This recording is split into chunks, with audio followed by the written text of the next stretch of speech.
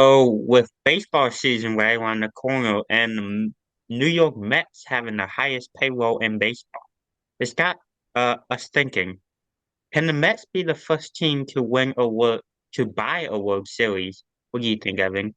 Yeah, and I'm already seeing it. There's probably going to be some Mets or even maybe non-Mets fans in the comments that are going to be like, "What are you talking about? What do you mean buying? Everyone buys." And okay, I see where you're coming from, but this is a special instance. Here are the numbers. Here are the facts. So Jake was even telling me, well, the Marlins in 1997 bought their World Series, but if you look at the payroll, yes, they had a high payroll and they traded all those guys away after. But in fact, they were fifth. So this is an extreme example. The Mets have a $330 million payroll going into 2023. That is 60 million more than the Yankees, who are the second closest. So that is way up there. And obviously that's piled on because Diaz got an extension this year. I don't know why he's not that great to begin with, but he got the money. Verlander got a huge contract, 2 years, $86 million, and that's deserved. Good for Verlander. And then they got that Senga, the pitcher from Japan. They signed him pretty big too. And then even the previous offseason when they got Scherzer and Lindor, they are really building a super team. They are, and you consider the guys already there. You got Pete Alonso with the power, the home run derby power. You got McNeil, who had the highest Jet McNeil with the highest WAR on the team last year. I definitely have a lot of thoughts on this, but I want to throw it over to Jake first. Do you think this is buying a team, and can they buy a World Series? Is that possible? Yeah, they're definitely trying to buy a World Series. I don't know if it will work out. Um, but as you mentioned, the highest payroll in baseball, they're paying all these guys. I mean, Diaz, McNeil, Alonso, like you said.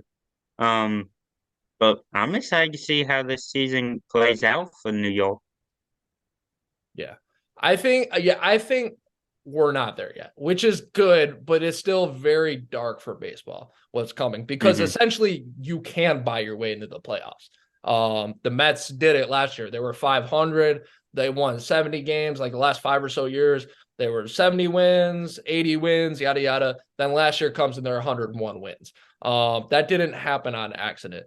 And obviously they got bounced in the playoffs, which means no, you can't buy a World Series quite yet, but you could definitely buy your way in the playoffs, and they are. But the Phillies did come close. I've always been a proponent when the Cardinals got Nolan Arenado and Paul Goldschmidt. When other teams bought big, they flopped. And I'm like, well, they're just gonna flop. Buying doesn't build a culture. But the Phillies, who have bought pretty much their entire roster too, came really, really close last year. So it's not impossible, but I would say it's still improbable to buy a World Series because you got teams like the Dodgers who actually build in the farm too rather than just buying. You got the Astros and even the Guardians who are pretty savvy. And the Guardians, Cleveland's not a huge market by any means. So they're pretty savvy. But the playoffs here in the future are just going to be filled with big market teams. That's what's going to come. Even the Rockies owner, like way back in the day, he was like, "Oh well, I'm sorry, it's impractical for us to win a World Series because we can't spend with the Dodgers." And that's what I'm saying. It's dark for baseball. It's unfortunate that it's like that. And then kind of like what Jake was talking about a few weeks back, we were talking about expanding to MLB cities with Nashville and all them. He was talking about grow the game, right? Here's how you make baseball more watchable: level the playing field. Level the playing field. Yeah, don't let teams get super teams. Don't let them build super teams. Don't let them sign every free agent out there. Right. Exactly. Yeah. And it's not, and people might argue, oh, well, you're trying to regulate and make every team pay the same amount. No, that is the NFL cap, for example, right? There are still some teams like the Jacksonville Jaguars will never be able to buy what the Dallas Cowboys can buy. But there's a limit to what the Cowboys can buy. So they can't buy a Super Bowl because there's a limit. The salary cap isn't making it all even. That's the argument I hear. No, it's just giving a limit. It's giving a limit to what you can buy. So again, just to recap, I don't think the Mets can quite buy one, but they're pretty close, and that's not good for baseball.